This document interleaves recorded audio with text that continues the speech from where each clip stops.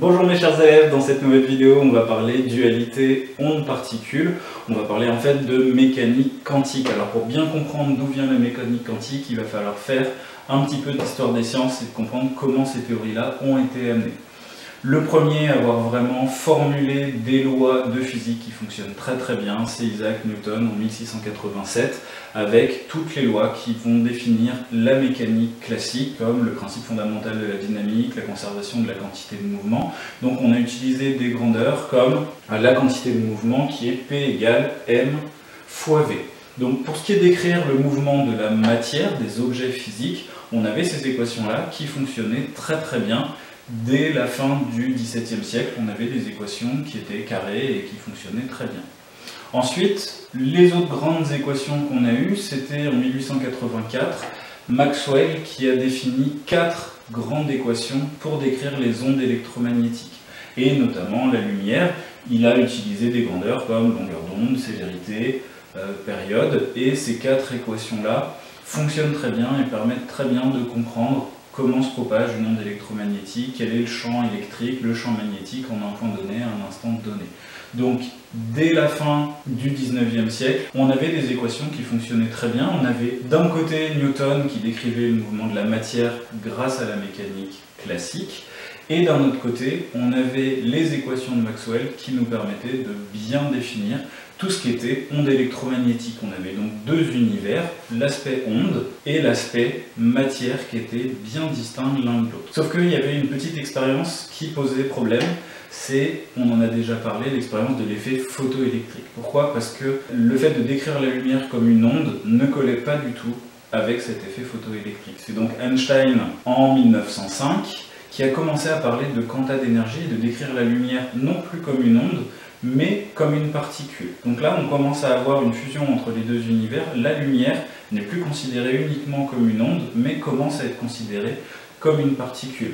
Et donc on a défini l'énergie de photon, l'énergie de cette particule, de la forme E égale h nu, h étant la constante de Planck, et nu, la fréquence de notre photon. Et donc on voit que voilà, la lumière finit par être décrite comme une particule. La question a été, mais dans ces cas-là, si la lumière peut être décrite à la fois comme une onde et une particule, est-ce que la matière qui est définie uniquement comme une particule peut aussi être décrite comme une onde? Et donc, Louis de Broglie a mis cette théorie-là, de dire que finalement la matière était aussi une onde. Et donc on a fait la manipulation qui prouve que quelque chose est une onde, on a essayé de faire de la diffraction d'électrons. Alors comment marchait la diffraction d'électrons?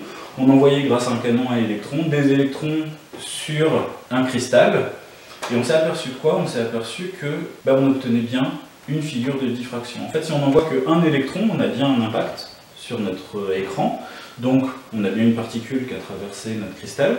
Par contre, si on envoie plein d'électrons, on s'aperçoit que les électrons vont plutôt percuter l'écran à différentes zones, et on finit par avoir exactement la même figure qu'une figure de diffraction avec des rayons X. Et donc, Louis de Broglie avait une hypothèse qu'on pouvait décrire l'électron comme une onde, et il a écrit une formule qui permet de trouver la longueur d'onde des électrons, qui est donnée par lambda égale h sur p, h étant toujours la constante de Planck, et p, c'est la quantité de mouvement de notre électron. Souvent dans les exercices, on va vous donner l'énergie cinétique des photons ou des particules. Et donc quel est le lien entre l'énergie cinétique et la quantité de mouvement? L'énergie cinétique, on sait que c'est 1/2 de mv carré. Et donc si je divise et multiplie par m, j'obtiens EC égale 1 sur 2m fois mv, le tout au carré. Or on sait que m fois v, c'est la quantité de mouvement, donc j'ai EC égale 1 sur 2m fois p carré. Si je passe le 2m de l'autre côté et que je prends la racine, j'arrive donc finalement à p égale racine de 2m fois EC. Alors après on est allé beaucoup plus loin, on a fini par faire de l'interférence avec des électrons, on a fini par faire de l'interférence avec des molécules, et on arrive à faire ça avec de la matière de plus en plus gros. Au début l'électron c'était vraiment tout petit, et donc on a vraiment une particule quantique. On arrive maintenant à le faire avec des atomes, et donc ça fonctionne très bien. Donc on voit qu'on a actuellement vraiment une dualité onde-particule. Il n'y a pas deux milieux complètement séparés. La lumière est à la fois une onde et une particule, et les électrons sont à la fois des ondes et des particules. Alors en fait on parle plus actuellement ni d'ondes ni particules, on va parler d'éléments quantiques, on va parler d'objets quantiques qui a à la fois ces deux propriétés-là. Alors, pour aller encore plus loin, on s'est dit, dans ces cas-là, est-ce que notre photon, est-ce que notre lumière ne peut pas avoir une certaine quantité de mouvement?